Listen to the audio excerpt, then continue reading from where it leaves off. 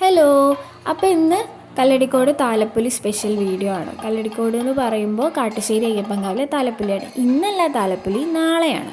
പിന്നെ നിങ്ങൾ ഈ വീഡിയോ കാണുന്നത് വളരെ ലേറ്റായിട്ട്, ഏകദേശം ഒരു 1 വീക്ക്. കാരണം എനിക്കിത് എഡിറ്റ് ചെയ്ത് ഇടാൻ കുറച്ച് സാങ്കേതിക തടസ്സങ്ങൾ ഉണ്ടായതുകൊണ്ട് എനിക്കത് കറക്റ്റായിട്ട് ഇടാൻ പറ്റിയില്ല.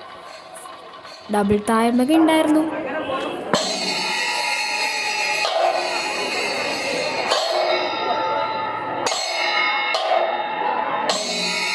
അങ്ങനെ തായമ്പകയൊക്കെ അടിപൊളിയായി. പിന്നെ പൂരത്തിനും താലപ്പൊലിക്കൊക്കെ പോയി കഴിഞ്ഞാൽ മെയിൻ ലക്ഷ്യം ഈ കടകളിലൊക്കെ കയറി അവിടെയൊക്കെ ഒന്ന് പരതിയിട്ട് പോകാമെന്നുള്ളത്. ഇല്ലെങ്കിൽ ഒരു ഉറക്കം വരില്ല.